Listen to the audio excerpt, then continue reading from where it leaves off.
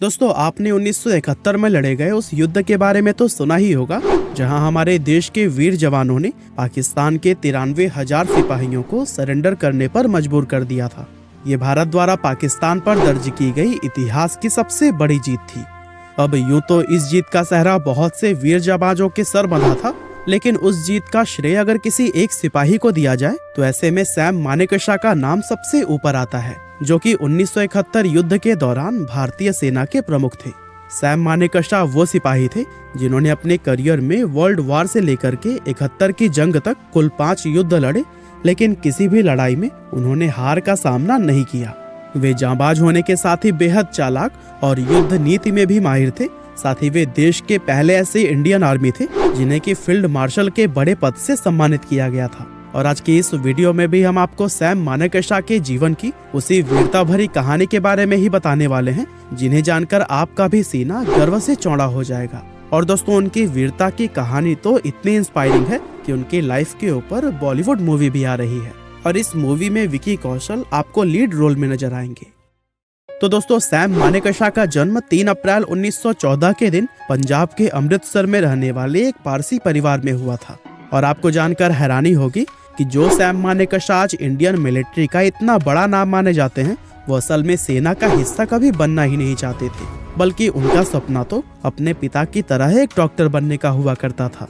दरअसल सैम की उम्र जब 15 साल हुई तो उन्होंने पिता से आगे की पढ़ाई के लिए विदेश जाने की जिद की, लेकिन उनके पिता ने उन्हें विदेश भेजने से साफ इनकार कर दिया। अब चूंकि सैम बचपन से ही बेहद अकड़ और गुस्सैले स्वभाव वाले बच्चे थे, ऐसे में पिता के विदेश न भेजे जाने पर उनका गुस्सा 7वें आसमान पर पहुंच गया, और इसी गुस्से में ही उन्होंने अपना डॉक्टर बनने का सपना छोड़कर सेना में भर्ती होने का एग्जाम दे डाला। और इस एग्जाम को पास करने के बाद से साल 1932 में उन्होंने IMA यानी कि इंडियन मिलिट्री एकेडमी को ज्वाइन कर लिया। और दोस्तों, इस तरह से ड्रीम जॉब न होते हुए भी मिलिट्री ही सैम मानेकशॉ का करियर बन गई। अब दोस्तों, ये वो समय था जब हमारा देश भारत आजाद भी नहीं हुआ था और हमारी भारतीय सेना अंग्रेजों के लिए जंग लड़ा करती थी। यहाँ तक कि हमारी आर्मी को भी उस समय ब्रिटिश इंडियन आर्मी कहा जाता था।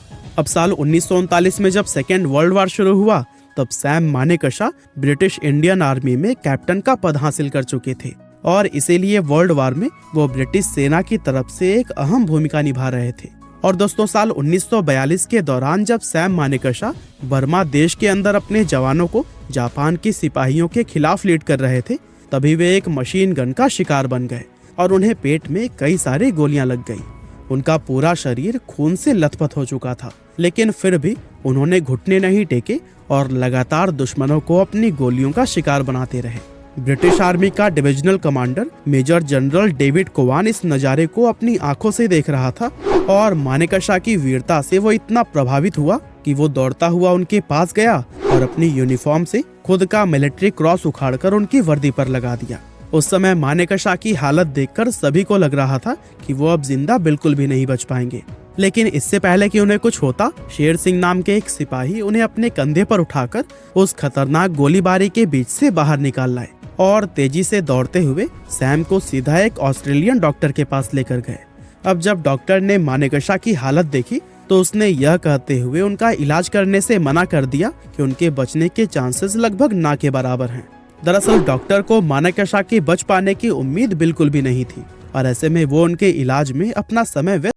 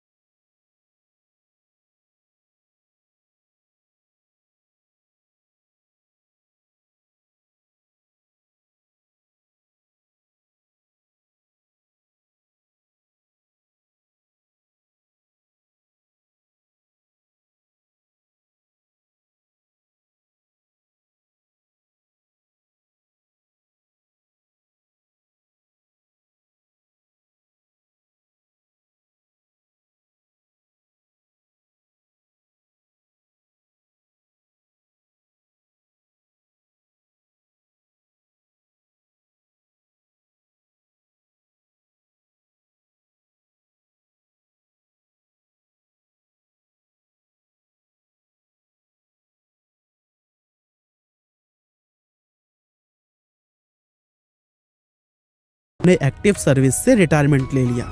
लेकिन दोस्तों अपनी बेबाक अंदाज के लिए वह तब तक जाने गए जब तक कि 2008 में 94 साल की उम्र में उन्होंने इस दुनिया को अलविदा कह दिया। और दोस्तों बहुत ही जल्द बॉलीवुड में सैम मानेकशॉ के जीवन पर सैम बहादुर नाम की एक फिल्म भी आप देखेंगे, जिसमें कि विकी कौशल सैम मानेकशॉ का किरदार निभाते हुए नजर आ रहे हैं। हालांकि इस मूवी का रिलीज डेट अभी तक सामने नहीं आया है। बाकी उम्मीद करते हैं कि आपको यह वीडियो जरूर ही पसंद आई होगी। आपका बहुमूल्य समय देने के लिए बहुत बहुत धन्यवाद।